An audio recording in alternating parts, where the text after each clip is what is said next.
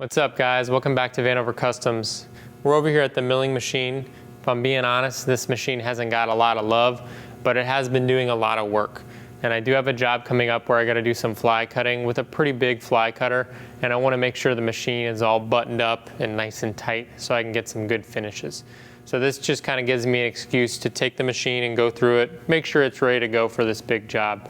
So what we're going to be doing is I'm going to be getting the machine cleaned up. I'm going to replace like the way covers, just go through the machine, tighten up the gibs, make sure everything's adjusted. We're going to get it setting on the floor, get it bolted down.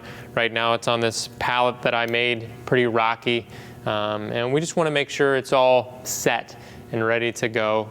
That way when I do this big fly cutting job, I can get a good finish and the machine's set up for a lot of future projects.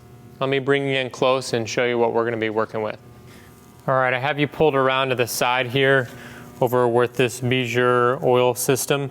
This is basically the main issue that we're tackling here, among other things. This oiling system, ever since I got it, really hasn't worked that well. And to be honest, that's like one of the most important things on a milling machine or any machine is just the ability to oil the surfaces. The machine has chrome ways, and they're actually in pretty decent shape. I would say for the front half and the back half, you can still see all the flaking marks. And in the middle, it's worn down a little bit, but there's still some flaking to be seen. The mill has had light use, and so as a result, it's in pretty good shape. But with this oiling system not working, I don't want to wear that out prematurely. So I do have a new oil pump that we're going to be replacing. I have all the lines and all the fittings and everything, but we're not going to go down that road right now. When I pull this machine apart in the future and do a restoration on it, we'll go through all of that. But right now what I want to do is just get this replaced with a new pump that's verified working, pull the table off and make sure I am getting oil flow at the fittings, just so that way in the interim between now and when I restore this machine, I know that I'm not going to create an excessive amount of wear from using it dry. Because basically I've been using it dry right now for the last year, just oiling it manually, and I don't really want to continue that on for an unspecified amount of time without addressing that. So that's a main concern that we're going to be taking care of. All right, we got the dial indicator set up here. I'm just kind of curious what the movement here in the table is. If I shake on it, I'm not even getting a half thou. That's actually really good. We're probably not going to need to adjust that much. I'm going to move the table in different spots and check it, but so far I'm really happy with that. All right, we're going to check it in this spot here. This is about 40% through. See if it's the same or worse, better. I'm getting pretty much no movement there, which is great. Handle's easy to turn. This is really, really nice. I didn't think this machine had a lot of wear, and based on what I'm seeing right now, it looks really good. It's real easy to spin, doesn't have tight spots, and we're getting a real nice reading. Barely any deflection at all, so that makes me really happy.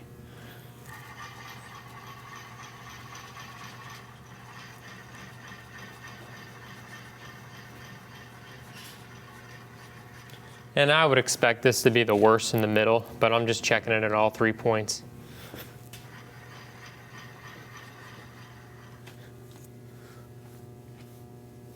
Pretty much no movement at the end.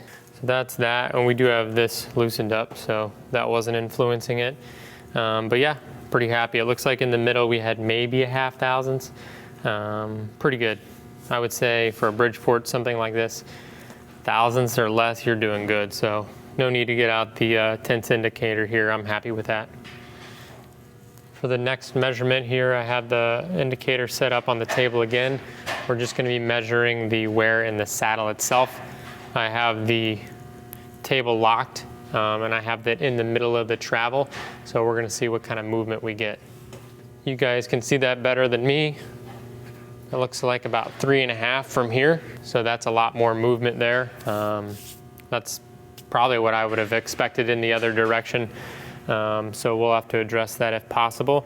I'll take a measurement that's in the middle. So I'm going to take a measurement at the ends and see what the difference is to see how worn it is in the middle. All right, we're in about the same spot on the table. I moved the saddle to the front, and we're going to check the deflection here. All right, I'm seeing about the same. That makes me feel pretty good. I can't see it, I'm down at the other end of the table, but that makes me feel pretty decent actually.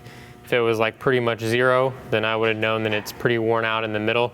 But because I'm seeing that here, that's telling me that if I adjust this gib, at least it's going to be somewhat consistent, which is good. So that seems like a gib adjustment there would definitely help out. I'm going to check it on the other side as well, but from what I'm seeing here, I'm pretty confident it should be about the same.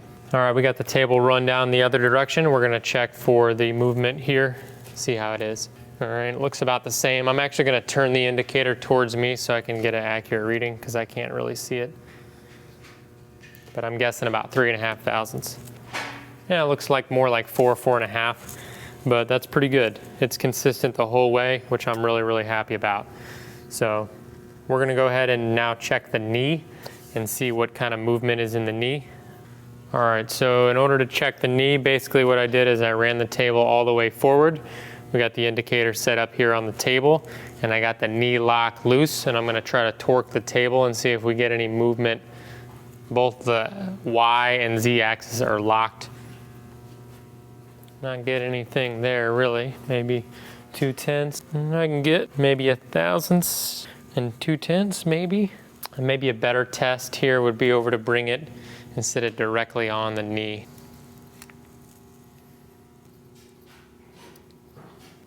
All right, we got it set up directly on the knee. I'm gonna see what kind of movement I get over here on this. Looks like maybe about the same. About 1/1000, maybe 1/1000 and 2/10. All right, we went ahead and made a list of where we're at with everything. So for the Y travel, looks like our worst here was in the middle at about 1/2 thou. On the ends it was about 0.002. You guys can correct me in the comments, or I'll put the correct values once I watch this and I can get a better view of the indicator. For the X travel, we're at about 4.5 thousandths in the middle, and about 4 on the ends. And then for the Z, we're at about 1 and 2/10. And then on the ends, I didn't measure it. I will measure it a little bit later, but I'm not too concerned about the ends. I can still see the flaking all across the travel, so I'm not too concerned about that, but we'll address that. Down here are some of the issues that we know. We have the oiling system. I'm going to be replacing the pump. We have the lock on the knee is broken. That's important because I want to be able to tighten down the knee when I'm doing these fly cuts so we can get everything really rigid. We have backlash in the Y nuts. So basically when I turn the handles on the table, we have, I don't know, probably 70 to 100 thousandths of backlash.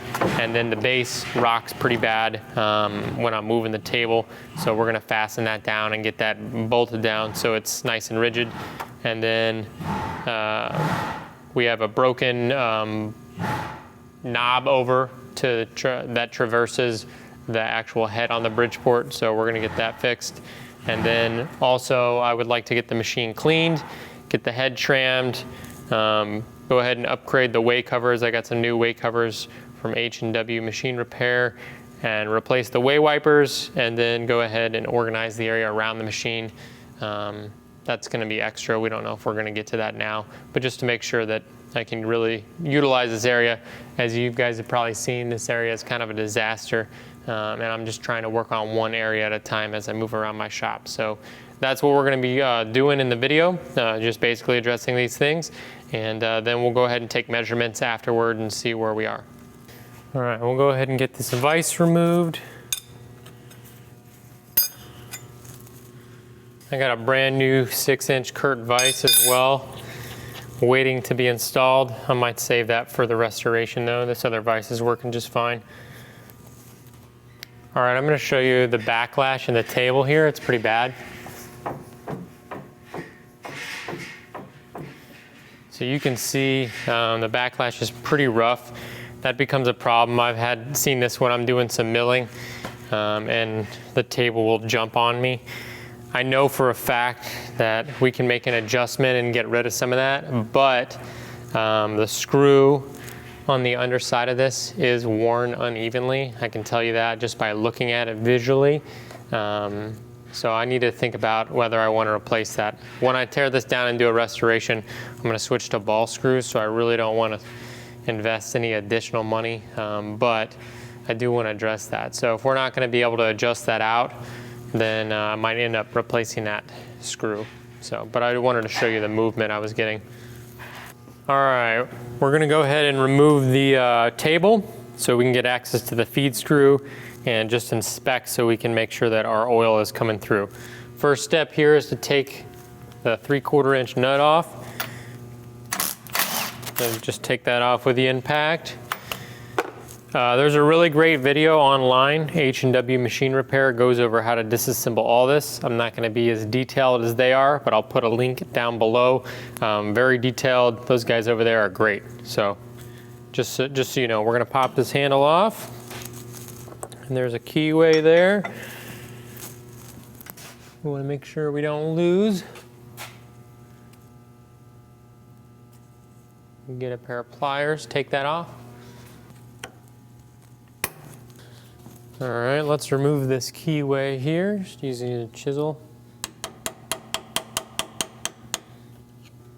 And this looks aftermarket here. This is a Chinese DRO. I do have a servo unit, but I'm gonna save that probably for the restoration. Very gently grab this shaft. It is brass, so no matter what I use here, it's gonna scratch it. I'm just trying to right behind the threads, trying not to damage anything. Pretty sure I broke one of the gears here, either here or inside the DRO, because I can hear it skipping. See if we can pull this off. There we go. Nope, that gear's fine. That's good. Got some bolts holding that guy on.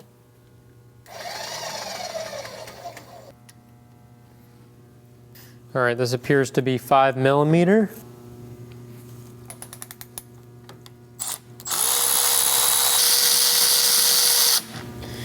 Two. This guy should come right off. Yep, give it a little tap. Next, we're gonna take this plate off here. Let's see, I think this is gonna be, yep, this is 5/16.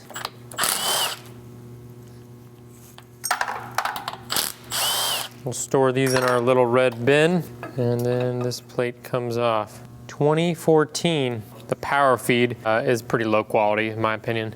They're like $100 on eBay. So we'll go ahead and we'll replace that power feed at some point, but for now, we'll just keep it. All right, and now we gotta move over to the other side and do the same thing over there. It'll be a little easier. If I'm being honest though, 2014 is pretty dang good on all this equipment that I usually work on. If any work has ever been done, that's a good thing. So that's pretty recent. Take this handle off. Now, according to Barry, this one's usually a little tighter. And that one came right off. And then we'll go ahead and, this comes off without taking that off. We don't need to take the keyways off. I thought we needed to, but I don't think we need to. And then 5/16. And just want to point out, this side has a double bearing in it. So that's where the load is. So you always want to take the other side off first. And then we can go ahead and reinstall this side first when we go to do it. And I'll show you there. Yep, so there's a bearing there and one there. We do have 2014 here too, so maybe they took and did some servicing in here and marked it. That'd be really nice. Actually, now that I look, if you look in close, it actually looks like this is stamped 2014. This is probably from the manufacturer. All right, I'm gonna remove these end limits. Just loosen that guy, should slide right out. I'm just gonna do the other side as well.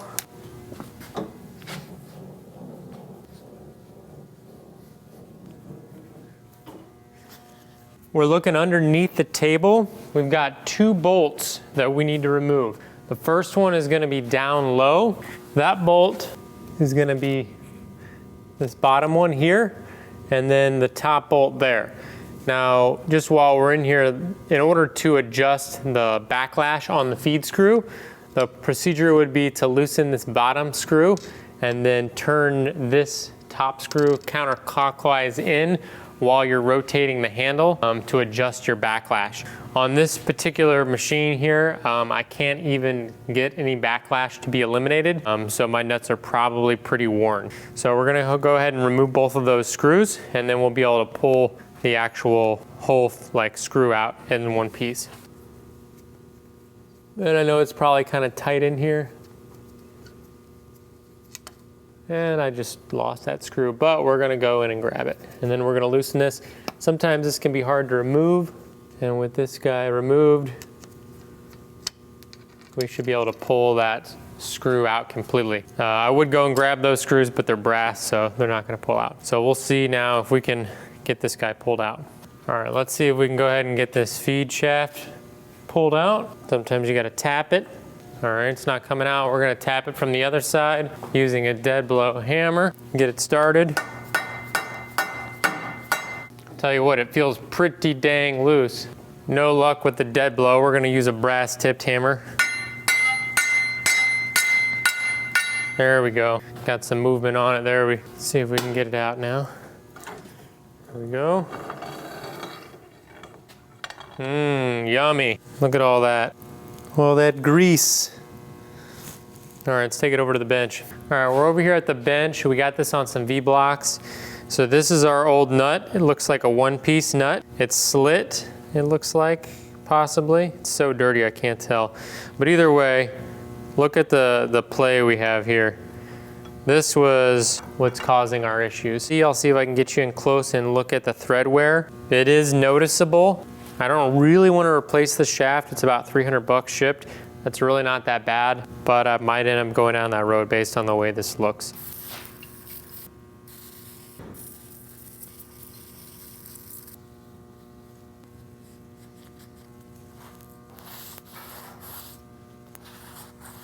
You can kind of tell just the amount of wear that we have in this screw. If I put this 5 threads per inch gauge on here, I'm gonna move it back and forth. That's the play that you're seeing there. That's all play in the threads. Compare what you just saw to over here. You can see when I put this thread gauge on here, nice and tight. No movement in that gauge, very snug fit. All right, so this brings us to a good point. We want to figure out what we're going to do about this. Originally, I was not going to replace this shaft. The main reason here is because this shaft is about $320 shipped, which honestly, for what you're getting, is not that much money. However, a ball screw is probably about $1,000 for both screws, and that's the way I'm gonna go, but I'm not gonna do that now. So I'm kind of in a bind because I really don't wanna spend $300 on this replacement shaft to later down the road do ball screws and kind of have wasted that money. It wouldn't technically be a waste because it would be fixed in the interim, but for me, I don't really wanna spend that kind of money in the interim to fix this shaft. So we're gonna do a technique that I did on my other lathe, which some of you may disagree with, but has worked well for me. And I'm gonna show you a really, what I believe to be unique way to cost effectively repair this shaft with a shaft that is not worn at all on the screw portion and do it for about 1/10 of the cost. So I actually have new nuts here in the package that we're gonna use. But those new nuts, I could go ahead and install on this shaft, and they would be significantly better than this nut right here, which is very, very loose.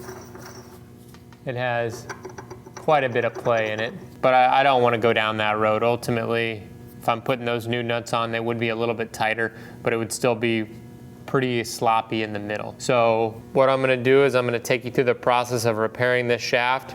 I'm sure it's not a new idea. Some people have probably done it before, but I haven't seen any videos on how to repair a threaded shaft, or really any shaft in this manner. And I'm gonna show you how I'm gonna do that over at the lathe. All right, guys, the shaft is all done. I'm really happy with the way it turned out. I think this is the perfect compromise in terms of saving time and saving money. All right, the next step over here is to remove the gib. For the table, it's just a flathead screw on the left side here. I'm gonna loosen it. Gonna get it loose and then remove the gib. All right, now that the screw is removed, pull the gib out. And I'm kind of curious to see what the wear is like. All right, here's the gib. All right, if you take a look at the gib is chromed and there definitely is wear, but we do have chrome across the entire gib. That might be part of the reason why it is a very tight table. This machine might be chromed all over. I don't really know what the Bridgeport process was. I know that the knee is chromed, but I assume that that would be the only area that is chromed, but that may not be the case. This may be chromed as well as the bottom of the table and the knee as well. At least I think that's chromed. It's extremely shiny and it looks like chrome. Yeah, there is some wear here, but it also kind of looks like it's been scraped. I just can't tell if it's been scraped initially or if this was touched up by the previous machinist who owned this. It looks like there is some more patterning, scraping, but it also kind of looks like there might be some scraping that's a little bit less pretty. So I'm not really sure. Either way, there is technically wear here, but we're not going to do anything with this at this moment because the table was very tight and I was very happy with the play that I got in the table. All right, we're ready to remove the table. I did disconnect the DRO. I did that off camera. Everyone's DRO is going to be a little bit different, but we're going to just slide this off now that the gib is off. I do have this cart sitting here to help catch it. All right, we're looking at the moment of truth here. It's obvious that we do have some wear, but it's also obvious that it's not as worn as other machines. So I'll wipe that off to show you. So this is chromed. We do have a pretty substantial step here in the middle on both sides. Honestly, if I'm being honest, and I'm not an expert, I know you guys will correct me in the comments, but that looks like it was designed to be there. It's a very sharp line and it's in both spots. I'm gonna say, if I'm using my gut, that that was there from the factory. If that's the case and we look at this surface, we do have a decent amount of wear over here and a decent amount of wear over there. But I would say 85% of the flaking is here on the back side and probably 40% of the flaking is here on the front, ignoring these middle sections. And it is chromed. And I'm sure that helped a huge amount because overall, compared to most of the other milling machines that I've seen, this is not a ridiculous amount of wear, which is very encouraging. I mean, even on the end, we have a little bit of remnant of flaking. I don't know how deep these flake marks are, but they're not shallow like it isn't superficial. You can tell that this is some deep flaking, which is really nice in terms of just oil retention. So overall, I am pretty happy with this. There's no way I expected to pull a 50, 60-year-old machine apart and see absolutely no wear. That's just not realistic. But I would say this machine was well taken care of. Unless it was this nice on this side, I would pretty much consider that perfect given the circumstance. So I'm going to consider this a B+ or an A- given the age. I'm sure someone who rebuilds machines is going to say it needs to be rebuilt, and I would agree. However, I'm happy with this, and as long as we can maintain this, it's not going to get re-scraped. I'm just telling you guys that now. I'm completely satisfied with the level of wear based on the age. We'll go ahead and grab these screws that we dropped earlier. Let's go ahead and remove this lock. This is pretty loose here, and we're going to fix that. So this unscrews. And then I believe this comes out and there's going to be let me just drop that. There's going to be a pin behind here.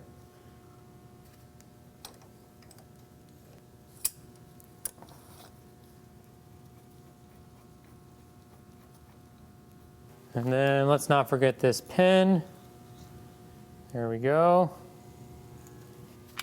Go ahead and remove this guy here.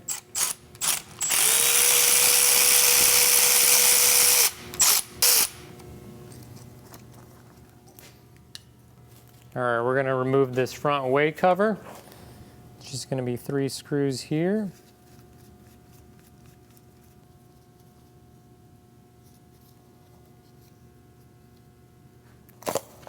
All right, that guy comes off. And it looks like there's a gib screw right over here. We're going to remove that guy. It's kind of tight.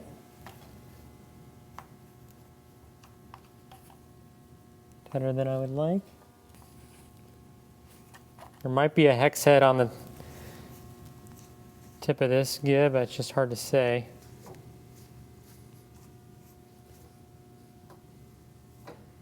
Well, that might be part of the reason why I was tight. I had the lock on. That'll do it.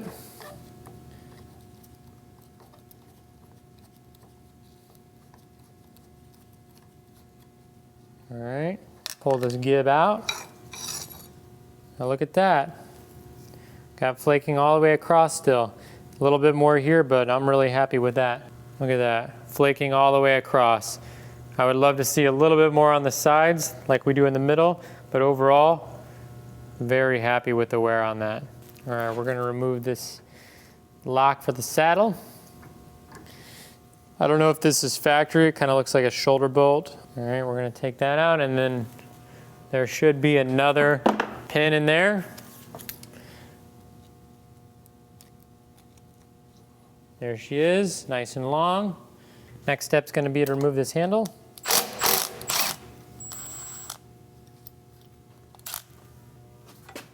Comes right off. And then I think, yep, this whole thing comes out. And then we have 4 bolts on that front plate.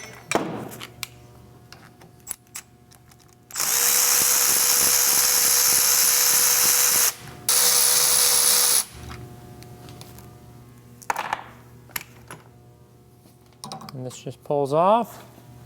I can tell you this shaft is not nearly as worn as the other one. I can't get any play if I move it side to side. So that's great. Now there is an adjustment in there. I'm gonna loosen that up and see where we are.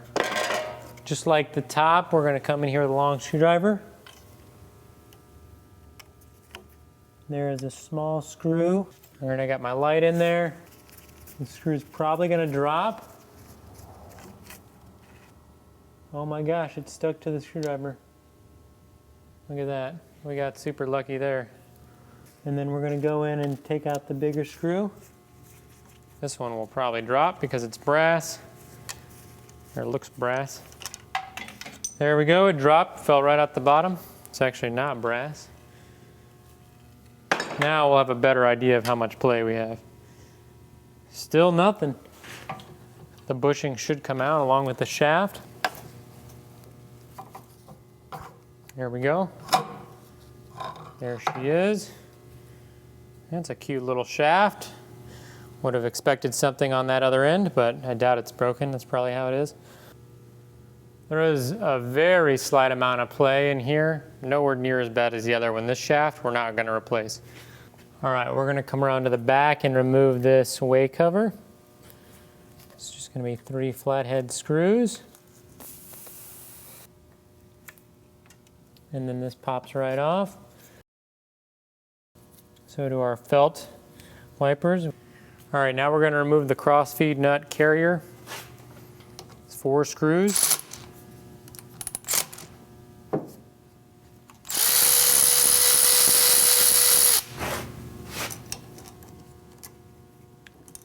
And then there's 1 line for the lube system that goes in. We're just gonna pop that out. We're gonna come up, turn 90 degrees, and lift out. And there's another one down here. Then right over here, we have to remove 1 fitting so we can get the saddle off. Just loosen this guy up. Looks like it is a 3/8. And then there's a rubber hose that we need to remove. There's a flathead screw underneath that's holding that bracket on.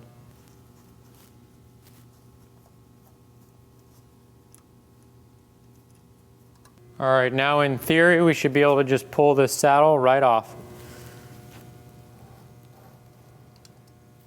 It's about 50 pounds. There she is.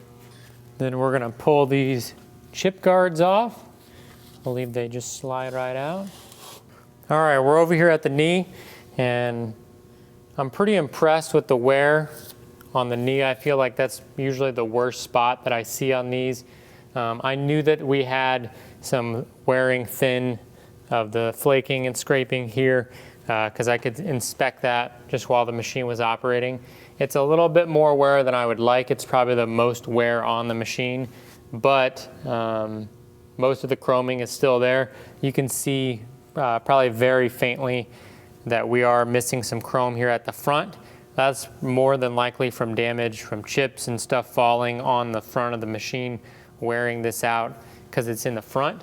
But most of the chroming, although we are losing a lot of the depth from the flaking, we do have most of the chrome still there. So yeah, I'll bring you in close and get you some better shots of this, but we're not going to do anything with this surface. It is chromed. It is relatively decent considering the age of the machine. And based on the readings we were getting, I'm going to leave this alone.